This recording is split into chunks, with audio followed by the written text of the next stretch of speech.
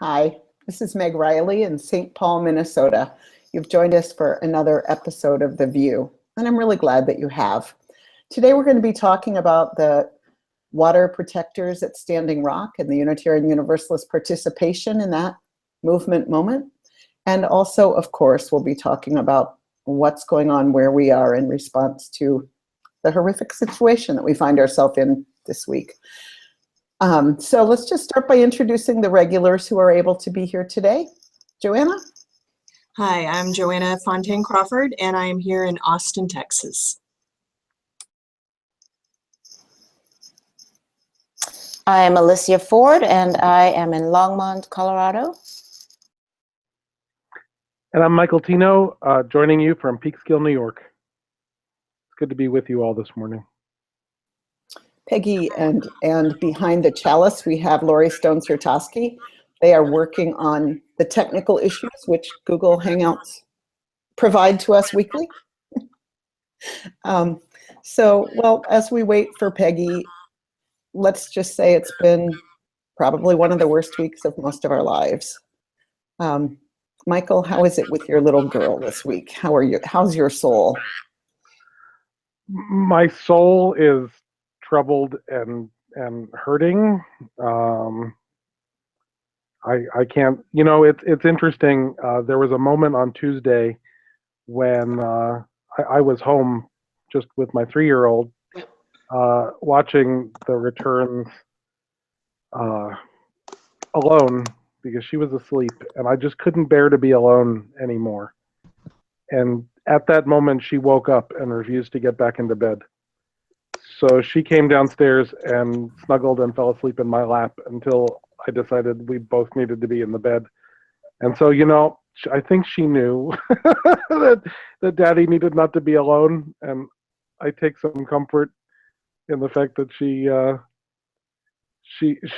provided pastoral care to me on Tuesday night. Well, thank you. She just provided pastoral care to me as well. See, we've been joined by Hank Purse. Hank, want to introduce yourself? Hello, everybody. Hi. Hank Purse speaking to you from lovely Medford, Massachusetts, and where it is sunny and nice, and the weather doesn't reflect the mood of the community here. But everyone is in my family as well, and we are all just I wake up in the morning with the same feeling I've had when I wake up when we've had some sort of family emergency or some sort of and you wake up in the morning, you're like, oh yeah, then you go, oh no, I forgot so and so's in the hospital, or so I've been having those feelings right now myself. Yeah, our new the normal routine around here, because Thursday is crazy in the church office, getting things done and whatnot. And so the reason why I usually have crumbs around my mouth on the VUU is because I stop and pick up breakfast for the administrator and myself. And today I told her I'm sorry I haven't adjusted my schedule to my new morning routine of wake up, realize reality, cry for 15 minutes. Well, we'll talk more about that after we talk with our special guest, because I understand, Peggy, you have a schedule to keep, speaking of children and schedules and such. And I'm so glad that Peggy Clarke could be with us. Peggy was with us before talking about the giant demonstration in New York City last year. Was that last year? Around 2 years ago. Yeah, time flies. Around the earth and defending the earth. And I've invited Michael Tino to kind of facilitate this part of the conversation. Peggy, welcome. We're so glad that you could be here with us today. Thanks so much for inviting me. Sorry that I need to leave a little early. I can stay till about 11:40. Great. Well, so let me introduce Peggy to those of you viewers who don't know her. Peggy, the Reverend Peggy Clarke, is the minister of the First Unitarian Society of Westchester in Hastings-on-Hudson, New York, and also in her role promoting environmental justice. She's also the affiliated community minister at the UU Fellowship of Northern Westchester, where I serve as minister. So Peggy and I get to work together a lot. Peggy co-founded a local organization that works on sustainable living here in Westchester and local food, and represented the UUA at the Paris climate talks. And we brought Peggy here because she was one of the 524 is the last number I heard, clergy who answered the call from the water protectors to join them at Standing Rock in North Dakota. And Peggy, I hope that you'll tell us about your experience and let us into what we can do to be in solidarity with the water protectors now. Sure. Thanks so much. So this call went out to clergy, let's see, it's 2 weeks ago now. So they didn't give us a whole lot of time, gave about a week, just over a week for folks to get out there. And the idea was to be there Wednesday and Thursday last week. The priest who put out the call is an Episcopalian priest who's on the reservation. He's on Standing Rock Reservation and is clearly in relationship with Standing Rock Sioux tribe. And it was at their request that he put this call out. The idea was that they are feeling alone. They're feeling like they've been out there a long time. They are not protesters, they are protectors. They are trying to protect Earth, and they're trying to protect their own heritage and their own existence. He put the call out. He told them, let's keep our fingers crossed for 50, but we're going to say we want 100. And a week later, there are 524 clergy registered for the event, which was, a wonderfully good thing and also a little problematic. There are maybe 1,000 people at the Standing Rock camp, so we overwhelmed them a little bit. He asked us if we were able to stay at the casino to do that 400 people work at the casino, and because the main road, which is now in front of the camp, and the construction site is also in front of the casino and has been closed. So revenue is down dramatically. So they said, if you're able to stay at the casino, we really need people to do that. So we filled the casino, took every hotel room that they had, and stayed at the camp, and then stayed in his church, slept on the floor. People were everywhere trying to hold it together. And I think that our biggest contribution in being there was that these are people who right now are feeling invisible and are afraid that they're going to disappear and no one's going to notice. And the call was to stand with them, to be in solidarity with them, but also to see them. I think they were putting out a call to the nation to say, does anyone know we're here? We are protecting our land, we're protecting our water, we're protecting our existence, and we need to know that there are people out there who know that. So that's how we showed up. And we showed up from, I think it's 20, I should have looked up the number, I think it was 20 different, what he was calling faith traditions. Most of those really were Christian. There were a few Muslims there. There were some Jewish people from different Jewish denominations. There were a lot of Christians, and there were Unitarian Universalists. I don't know that we had an exact count, but we were somewhere around 40 UU clergy. Peggy, was repudiating the Doctrine of Christian Discovery part of the original ask, or did that evolve? Because I didn't notice it in the original ask, but certainly was a huge part of the witness.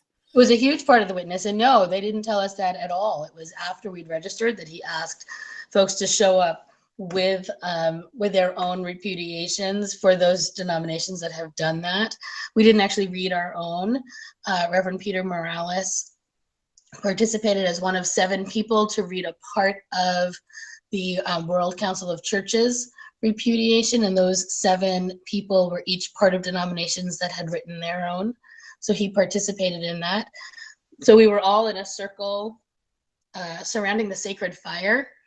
They lit the fire on their first day as protectors, their first day in the camp, and they have kept the fire burning. There's a fire watcher who sits outside the fire. They switch every half hour, but it's 24 hours a day.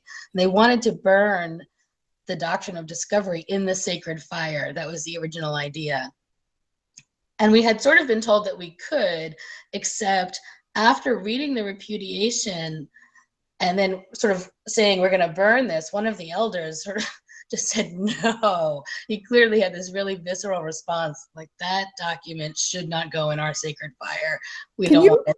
Can you connect dots for me how the doctrine of Christian discovery is directly related to exactly what's going on at Standing Rock now? Do you know? I mean, I know that it's the foundation of all of these horrible rulings, but it would help me to actually be able to line it up today. And if you can't, it's a big question. So I can. So the doctrine of Christian discovery is actually 3 papal bulls that were created originally around for the King of Portugal from Nicholas V. You can look that up, but I'm going to think I'm right on that. It was Pope Nicholas V who wrote this doctrine of Christian discovery to say to the King of Portugal, essentially, if you find land that no Christian has found, it becomes yours.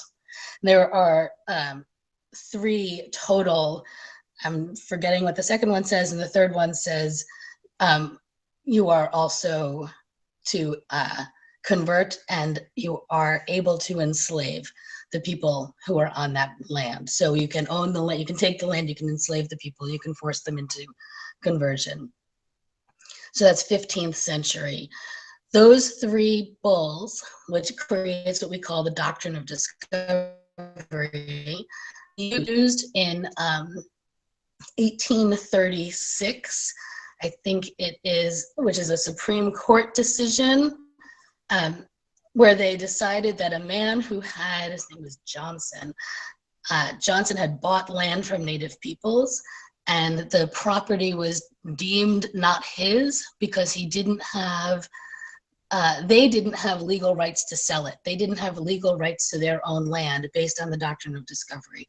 It was used again in 2001 in our own Supreme Court. So it's still an active and alive document. I've heard that it was used in 2005. I don't actually know anything about that case, but it was used in 2001. So it continues to be used. So the idea is that people came here from Europe.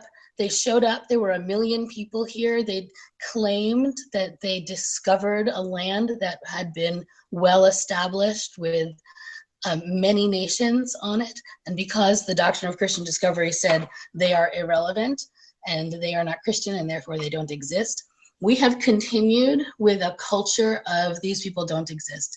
And it has created for us this American sense of manifest destiny. We are destined by God to have this land. We are destined by God to expand from coast to coast. This is ours.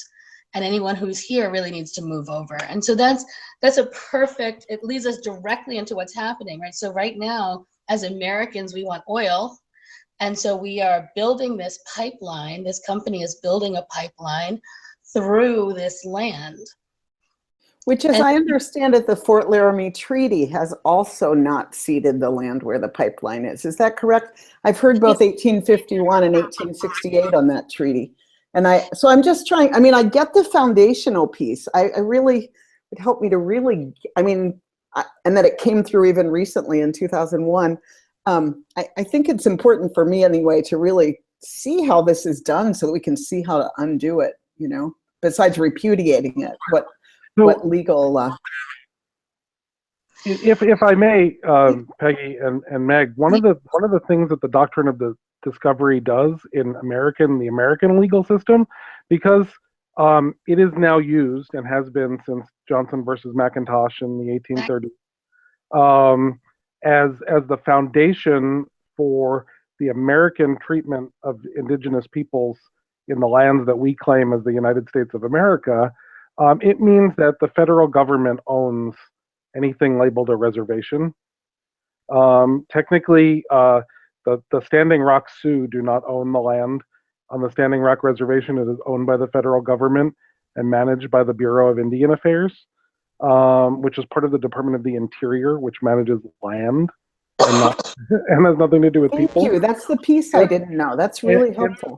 It also means that there's Supreme Court precedent that says that treaties signed with indigenous nations are meaningless. Which means, yes, there's this Fort Laramie Treaty of 1851, but quite technically, if the United States government pressed that to the Supreme Court would have to look at precedent. And the last case that cited the Doctrine of Discovery was in 2005. It was City of Sherrill, New York versus the Oneida Indian Nation. You can look that one up.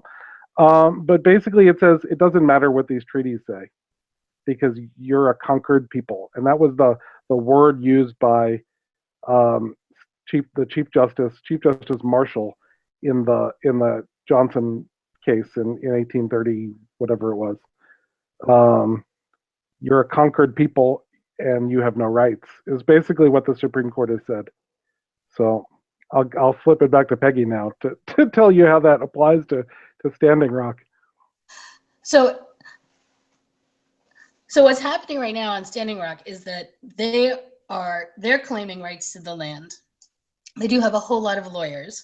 I think essentially the lawyers have said just what Michael has said, which is that the rights to the land are ambiguous at best, that they are wards of the United States government. So, and with that, frankly, pipeline companies are taking land all over the country based on eminent domain. So even if they could prove some legal right, which would be difficult for them to do, it wouldn't matter because these pipelines have eminent domain. So what they're trying to do, really, while they do have all these lawyers, instead is trying to become the moral compass around these issues and say, it doesn't really matter if you think that there's a legal right to it. There's no moral right to it. That they are declaring themselves, rightly so, the front line for climate justice. We are standing on the line. We are watching you, and you can see when you're there, you can see the construction companies, trucks, massive trucks, these massive pipes. They're digging into burial ground. We can talk about what that means. And once the pipelines go in, pipelines leak. That's not news. That happens everywhere, but it's right by the Missouri River. And the Missouri River is necessary for life in North Dakota and other places, but certainly in North Dakota. So they are claiming, if you do this, you are first completely ignoring our rights to the land. You're ignoring our religious culture and the burial ground, and then you're ignoring our right to life because we don't survive without water. And so they call themselves the protectors. They're standing, they're standing on the line as protectors, and they're holding that line in the camp, occupying their own land, trying to call attention to the crisis, because they probably don't have they probably wouldn't win in court. For all of their lawyers, they probably won't win in court. They will only win if they can convert enough Americans into recognizing what's really happening there.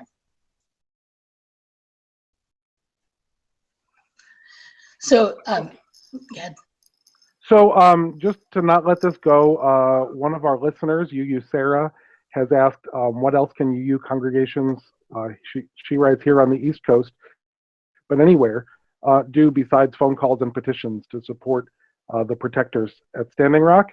So I want to not let that go before you have to go. There are a few things that people can do. I'm just going to check the time. Okay. There are a few things people can do. I have to say, one of the most powerful things that happened there really was in the witness.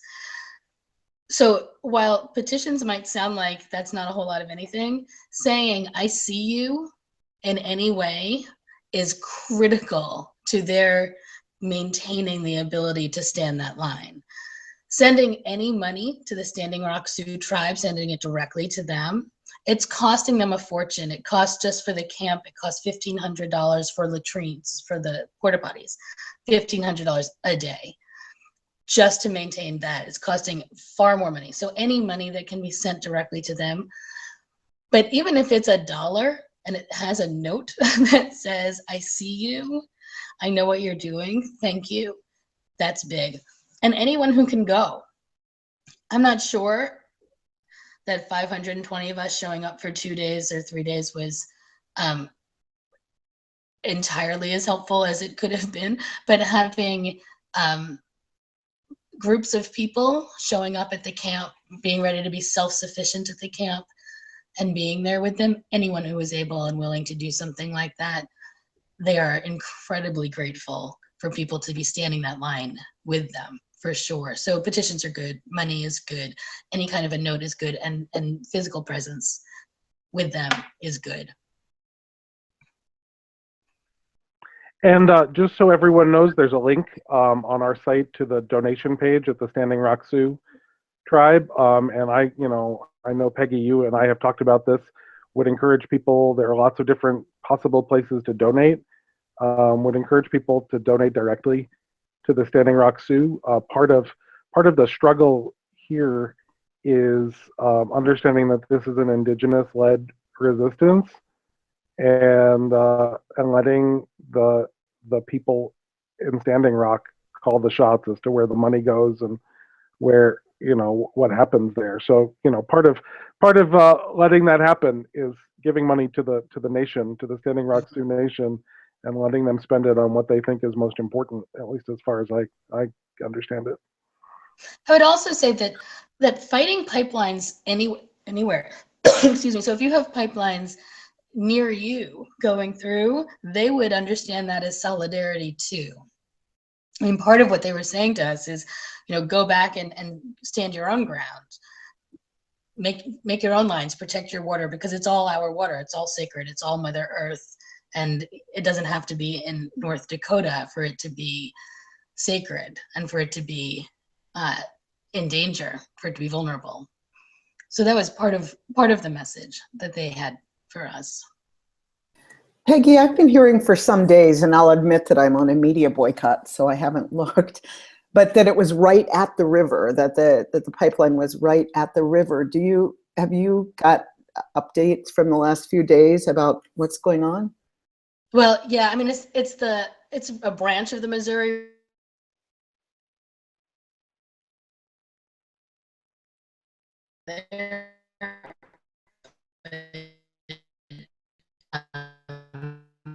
Right there, actually know some of the guys who own that company, and he was telling me last night that in some way they're expecting that they're going to have to stop.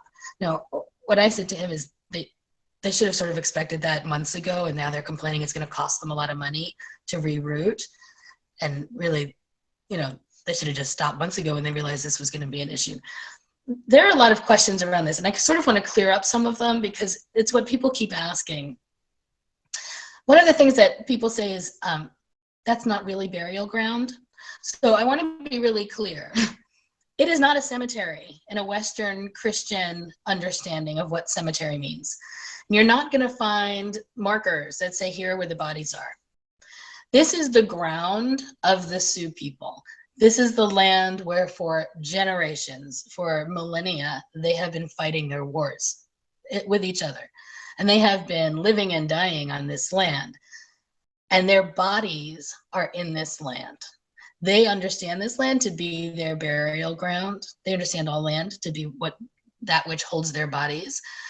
So there was a negotiation around well, we'll avoid certain spaces, and they were explaining there is no certain space, that our bones they have deteriorated in this space, that soil is our bodies. So it is all sacred to them. So I just want to be clear, that's one of the critiques I keep hearing. It's not really burial ground. I think that's not burial ground in our definition of what that means.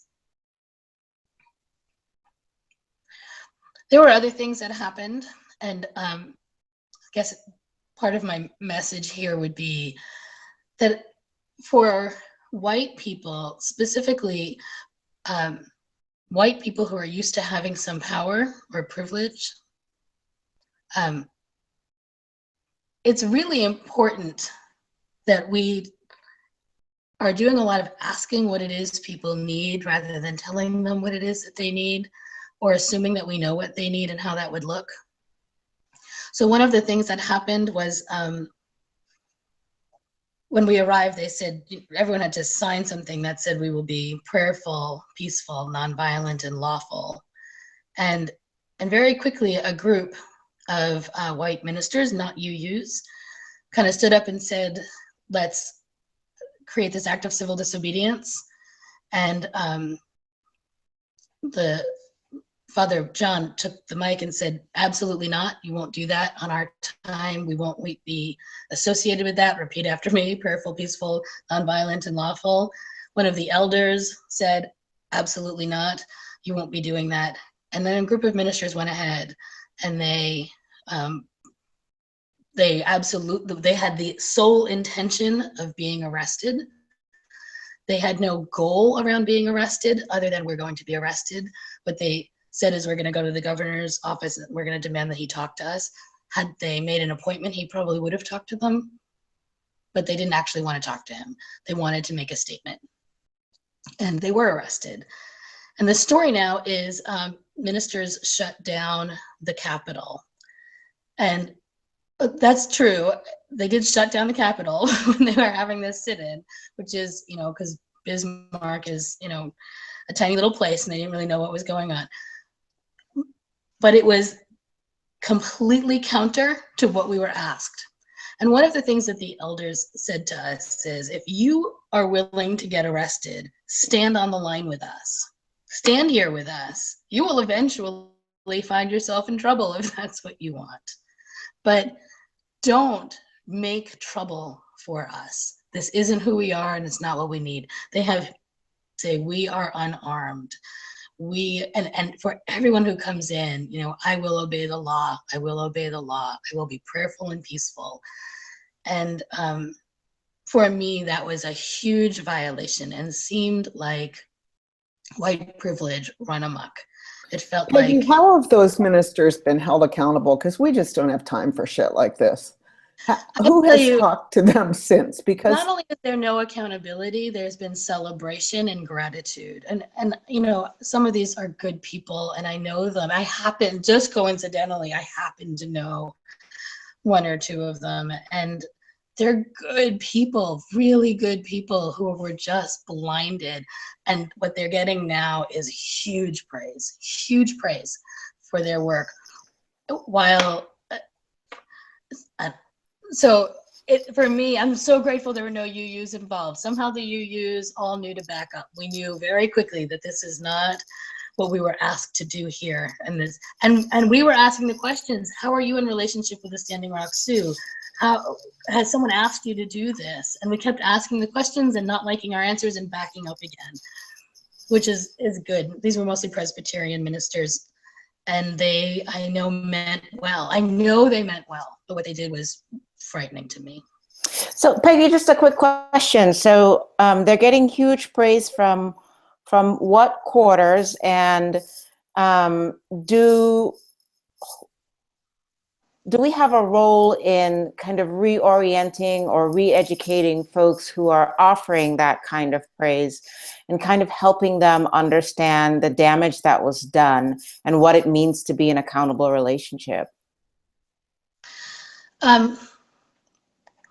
So they're getting praise largely from, I'm thinking this is mostly up on Facebook and Twitter is where I'm seeing a lot of the thank you, thank you, thank you, thank you, what, you're doing God's work kind of thing. One of them has a major role, or has had a major role in the denomination. He was the moderator of the denomination. So there's a lot of admiration, and he's a good man, has done good work. There's a lot of admiration. So I do know someone who works for the denomination, and I'm planning to have lunch with her to talk this through with her. I was wondering on a personal level if I might be calling at least the guy I know the best to talk it through a little bit. But I've actually wondered, I put it up on Twitter. Someone was, posted the article and said, congratulations. And I said, can we please, not stop talking about a few white people who broke the law and talk about what really matters here. And it got retweeted a good number of times, but not quite enough. I think that it's a conversation people are afraid to have. That's the truth. I think that we don't want to criticize white people when they mean well. It's not part of our culture. And I am hoping that we can push through that and say, it really doesn't matter if you meant well. You really did damage here. And really that the process itself to show up to say, I want to stand beside you, and then to say, actually, I'm going to walk out in front of you and do whatever I want to do. I once worked on a Lakota reservation a long, long time ago. And that's the kind of damage, that damage lasts for years. I don't mean it lasts, the legal mess of it, I mean the emotional, spiritual mess of that lasts for years. And I used to go and leave and come back. I'd go for short times and be gone for a year. And a year later, if something happened, I knew about it. They were still feeling it. They still knew, they were holding that, it became part of their story. I'll tell you something else that happened before I have to go, which is that we were told really clearly, absolutely do not photograph sacred objects. So nobody photographed the sacred fire, which was good, nobody. But there was another object, and it was the pipe. And we were walking with a cross and a pipe. And we were told over and over, do not photograph that pipe. That is a sacred object and we don't photograph it. But we were also told, we are of an oral tradition. You don't have to take a picture. You have to tell our story. That's what we want you to do. That pipe was photographed and put up everywhere and is on the front page of newspapers. The picture of this pipe. I asked our own UUA to take it down, which they did. Commit to Respond put it up. I asked them to take it down. I'm so grateful that they have responded very, very quickly in both cases. That absolutely will not violate that. But we're the only ones. I mean, every other denomination has the picture of this sacred pipe. And this woman who had stood before us the day before and told her story while sobbing about in incredible gratitude that we were there with her and what it meant for her to have this new way of being together. And then talking about her own need to protect the pipe. And every time anyone talked to her that she was hiding the pipe, she was so careful with it. And yet we just violated it because that's the Western, the American culture of we take pictures and post them everywhere. That's what we do. They kept saying, just tell our story, just tell our story. So that's my other, little annoying, not little, that's actually a major annoyance. No, that's not little at all. It's heartbreaking, and it's really good to know this. I mean, I didn't know that about the arrests. For instance, I saw those stories and thought, well, some people wanted to do that. So it's really good to get that. And it would be really good to know the names of those ministers. I might know some of them. And we all need to reach out. We just don't have time for this. We just don't. And I mean, I've read some posts from Native people describing some horrible interactions. Let's just say I'm proud that the UU's got it. That shows that we have come somewhere. And let's just take a moment and acknowledge that. Because I'll just say in the marriage struggle, we had people out there doing marriages in places where we were specifically told that it would hurt legal precedents, please don't do it. And they couldn't resist the media coverage. So the fact that people got it, that it wasn't about them, is no small thing. So I want to say this is why we are in such a critical position now, because we've gotten this far into the learning, and a lot of white people haven't even gotten that far. So yeah, I mean, it really, the damage being done is so personal. I mean, I haven't told the story to you, and I don't have the time right now, but part of what happened was that these water protectors were behind us in this line, and they were holding everyone back. And I'm not going to go into the whole story, but a new line sort of formed in front of us. And they had moved most people out, but they left a few clergy there. And Beth Johnson and I were two of the people they told to wait. And this group of water protectors then stood before us and started to chant. They were just warriors chanting these ancient songs. And while they were doing it, they were sobbing. There was such a sense, this was so personal. It was so personal for them. And it was such a gift that they would have invited us into it and been willing to let us witness that. And so for me, I felt like I was carrying so much pain. I was carrying so much possibility for healing. And then to walk away from that and say, and now I've decided to do something entirely on my own outside of relationship, is such a huge violation, either of the photographing or of getting arrested. To me, it was just broke the potential and the depth of those moments not everyone had those moments, so they may not have been moved into that space, but there is so much healing that needs to be done, and it's just not hard for us to do it if we'd be willing to show up with an open heart to do it. I'm so sorry that I have to do this, but I have a 6-year-old who's going to be getting off a bus and I have to get him. I'm so sorry. Priorities. We Thank you so understand. much for joining us, Peggy. Thank you, And Peggy. thank you for your story and Yeah. telling their story too. Yeah. Thank you. Thank you so much for asking me to tell it. And thank you for sharing some of the struggles here, and not just the feeling good part about the witness. Yeah. We appreciate that. Have a really wonderful talk. Thank you so much.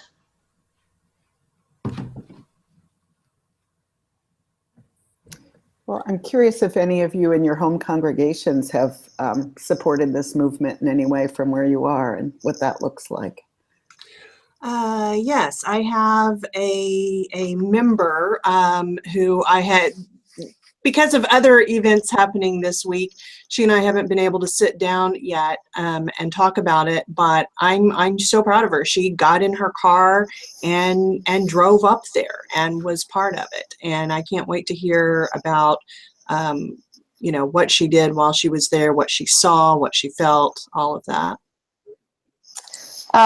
That's a great question, Meg. Last night we had my partner and I had a gathering for members of our community to kind of just vent and rail and cry about the election results.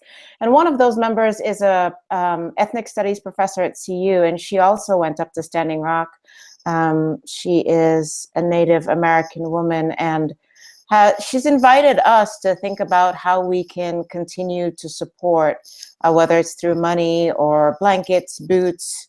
And a lot of the stories she told were very similar to the ones Peggy told.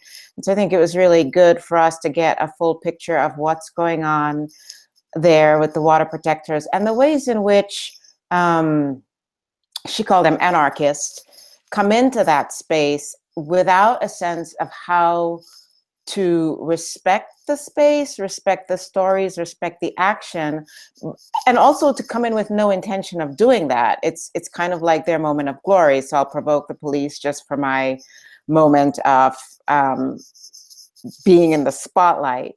And so I think it was really good for us to have that conversation and to have an ongoing conversation of how we continue to support what's happening there and to support her work as she links, you know, classroom to action and all of that.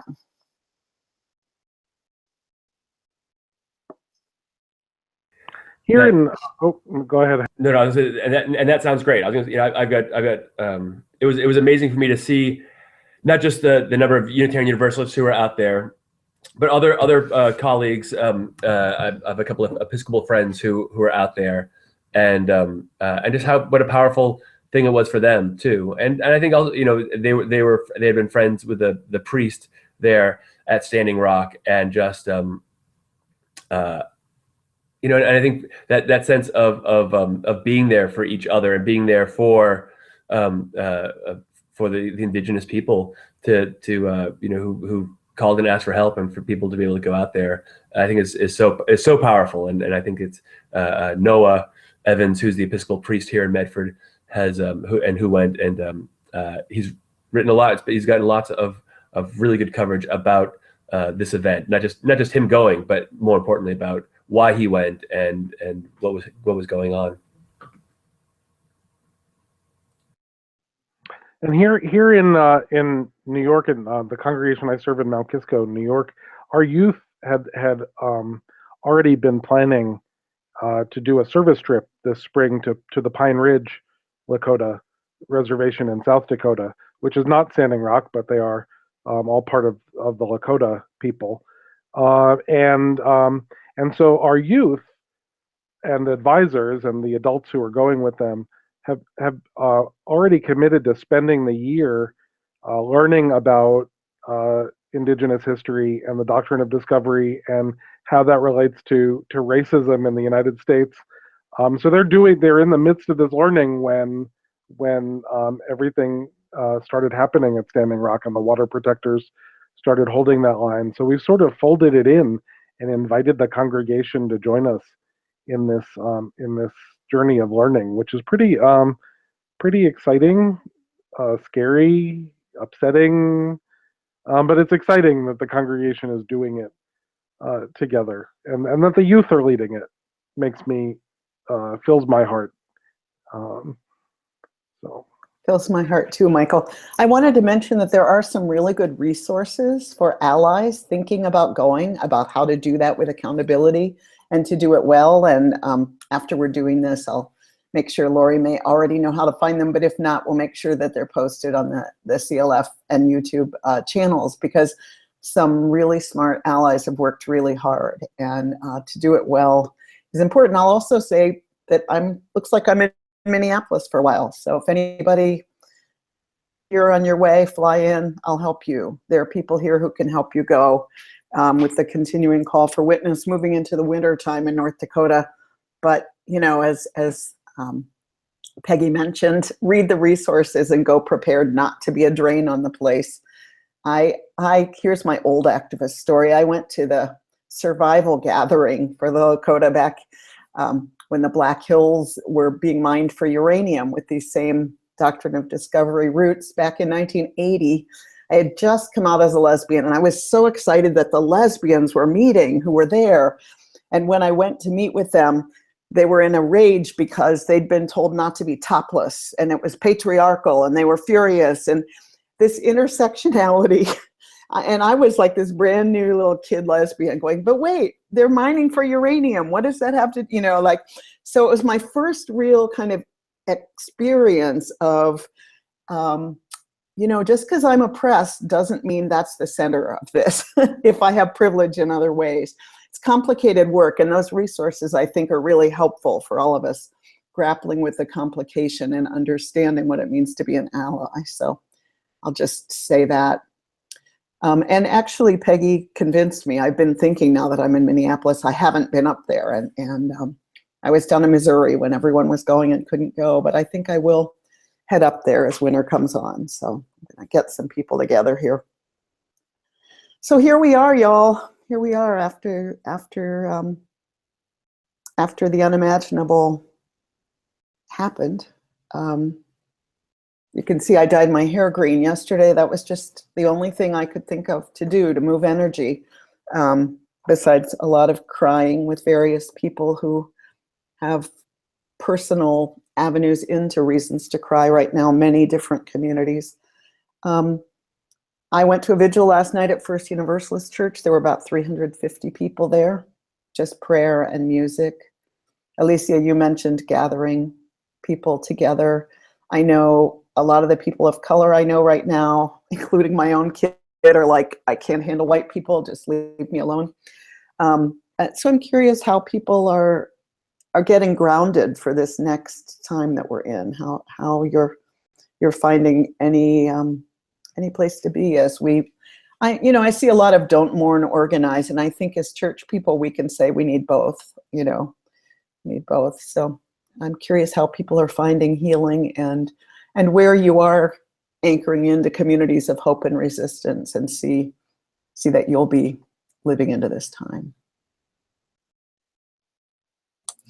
So starting election night, there's 4 UU congregations in the Austin area, and the ministers are Meg Barnhouse, Mark Scrabach, Chris Jimerson is also at First Church, myself and Brian Ferguson.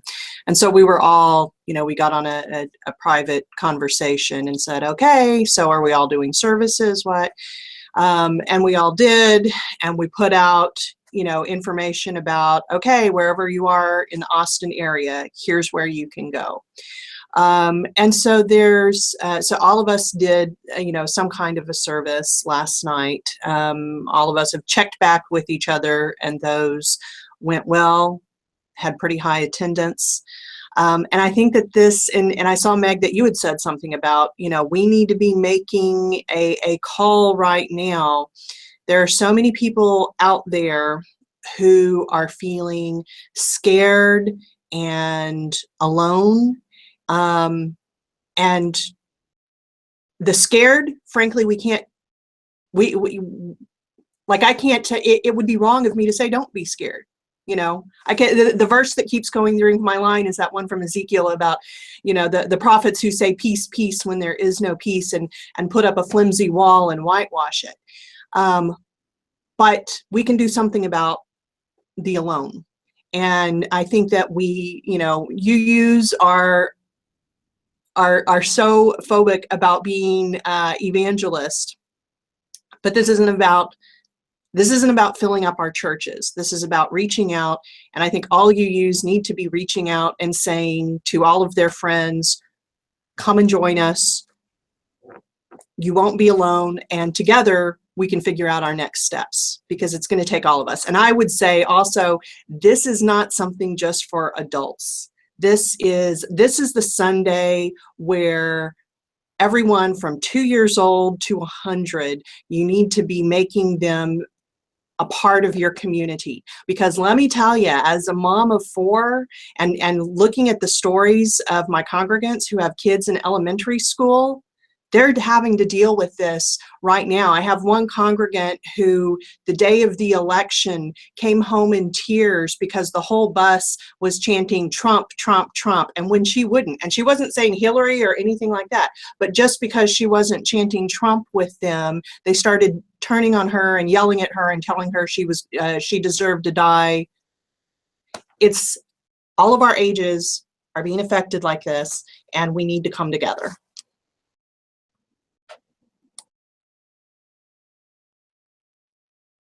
Yep.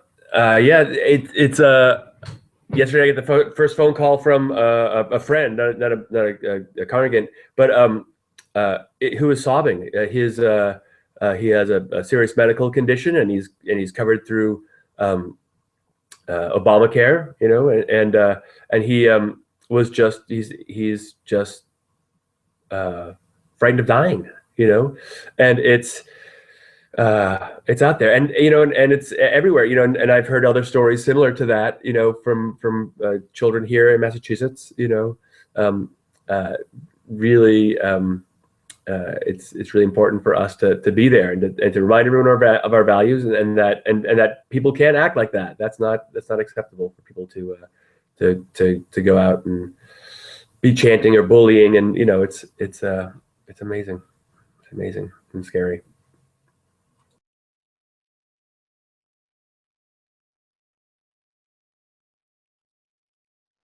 Yeah, I've heard those stories here too.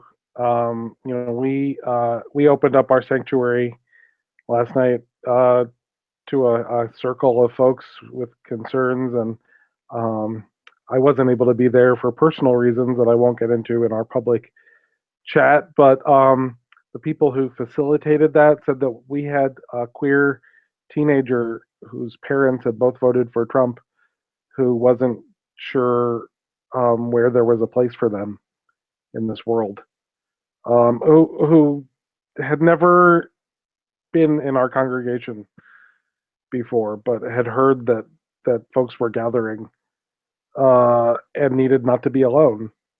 And so there's a power in creating a space where people cannot be alone. And first, you know, maybe we tend to the hurt that we feel and the fear that we feel, and next we turn that into resistance, and we turn that into protection for the people who fear for their lives, because those of us with some privilege in the world need to be protectors of our siblings who are fearing for their lives right now. I mean, I know that I need to do that. Mm-hmm. I appreciate that, Michael. And it was with that intent that we opened up our home to our friends, many of whom are queer and people of color, in a majority white county.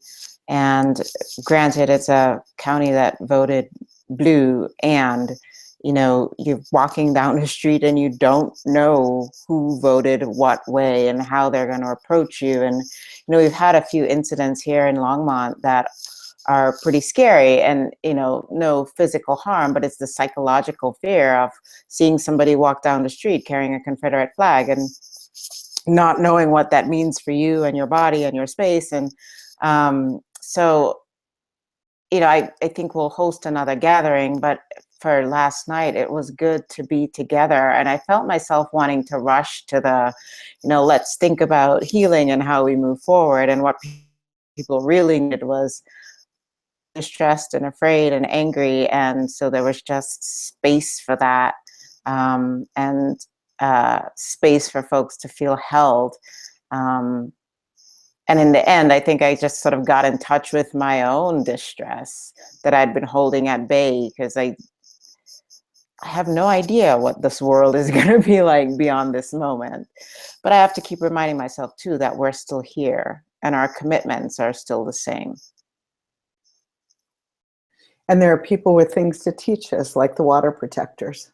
There are people who have been at this for a long, long time. And the people who are not helpful to me are, and it's why I'm on a media boycott, are the voices that say either it's not as bad as it seems, it really wasn't about racism, all these things that are like, you know what, if you have a lot of privilege, it's just kind of time to shut up. Really. And I say that to myself too, like the fear that so many, I had a vigil first in the morning for clergy colleagues to come together before needing to go and minister with other people. And about 15 folks came, each of whom were sobbing for very, very particular, either their own or someone they loved who was now in danger. And of course, many people already were traumatized by the candidate's campaign. So I think we really need to take trauma care seriously, and to understand that being afraid is exactly what is desired of us right now. Right. Being afraid is what dictators do. They make people afraid, and we don't have one yet. We have a window now. And they divide people against each other and make them blame each other, because that's the other thing that I find very unhelpful right now, is the whose fault is this? It's Latino voters' fault because only 65% of them voted for Hillary. I'm like, are you effing kidding me? Yeah, and this, it's white women's fault because third-party voters of them voted for Hillary. It's third-party voters' fault because there are 6% of them, or whatever percentage it is. And I'm like, yeah, that's exactly what people who want to impose white supremacy need the resistance to do, is start blaming each other and infighting. And we have to resist that too. And I've also been hearing a false equivalency, and that is people are trying to apply the fear and panic that many of us feel to, okay, well, when Obama was elected, there were people who, they were so worried, now you get to see what they feel like, because they were afraid that Obama was going to come, take their guns and make them marry gay people and whatever. And I think that we need to stand up to that and say, this is not the same. There was no justification for that, and history has proven that. And what our panic is about is statements made by the person who will now be president. Not something and very actual history and actual lived history. Right. This is not some sort of, don't gaslight us. Don't act like this is something that we are projecting. We are actually listening to the person who will be president, and we are looking at what he said, what he promised. So don't tell us that this is something imaginary. And it's, a key difference for me also is, one person ran a platform built on hate, right? And on xenophobia that was just dripping with racism and misogyny and sexism. I mean, every turn. And so they're not equivalent, not in the least. And when people say, well, but that isn't really why they voted, it was economic. I understand it was, and I'm part of Showing Up for Racial Justice, and we're looking at deep listening around the pain around economic justice. But if they weren't also racist, xenophobic, and sexist, they would not have said, setting that aside, I'll pay attention to economics. So don't say racism isn't part of this. That I understand it's not all of this, and there's some learning and listening to be done, but that is like just to ignore what just happened. So yeah. Well, and people are feeling, thank you, Michael. People are feeling economic pain, but the question is who's getting blamed for the economic pain, right? And I think the people who are actually causing that economic pain would like us to blame, foreigners and Mexicans. Anybody but them, right? Right. I'm like, let's just be clear that those are not the folks causing the economic pain that people are really feeling. So we're a room of ministers and we're about to finish. So I would ask each of us to offer a healing tip to the listeners about just the next weekend, not their whole life and what we do, but right now, where's healing and hope to be found that you see? And I'll start. I was going over to Ashley Huron's yesterday to bootleg her Wi-Fi for a while for a webinar. And when I got there, she was out on the sidewalk chalking love poems to the neighborhood.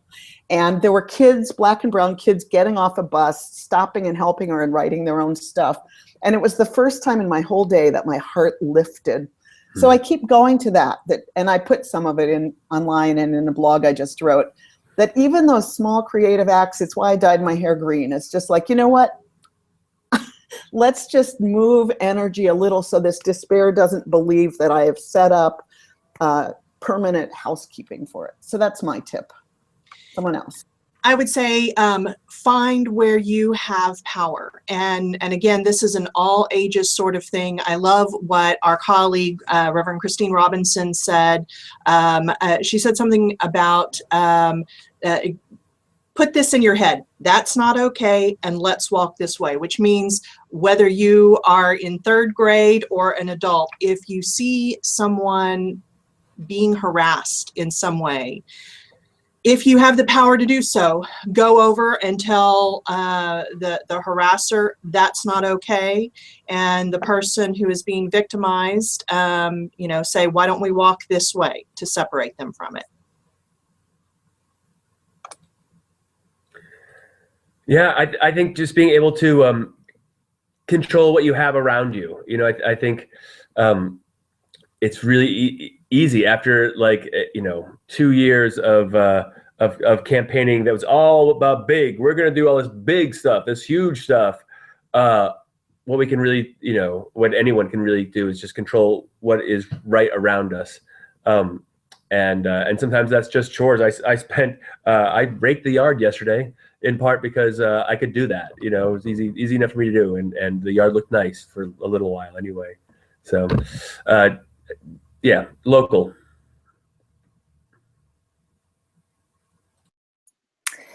I remembered last night that Alice Walker published a book and a poem that has the line, hard times require furious dancing. And it was just a reminder to me that, one of the things I enjoy doing as part of my own self-care routine is putting on music and dancing. It doesn't change the world, but it sure does move energy around and keeps me grounded in my body and really connected to my, center of being. And I think that part of what would be useful right now, at least for me and hopefully for others, is to get reconnected to our center of being. And I would say, remember that you're not alone. And if you're feeling alone, to say something. And the flip side of that is, if someone you love says that they're feeling alone, make sure that they know that they're not. And call them at 12:30 in the morning just to tell them you love them, because that was the other thing that happened to me Tuesday night that really got me through this. So thank you, Meg, for that phone call. Well, it seems like Meg was doing that for a lot of people. And as we say goodbye, I want to point out this, and that is, for all of the scary things and the bad things that people are reporting, I have seen more people saying, I love you this week than any time I can think of. And so, number one, do that. Tell someone, I love you. And I love you. I love you guys and our viewers. I love you. Of course you love us. I mean, we love you too. I mean, To that. Amen to that. I love you all. And next week we'll have Black Lives of VUU with us. I'm sure they will have much to say, and we will, as always, love them and be loved by them. So thank you so much. Indeed. See you next time. you all. Indeed. Peace.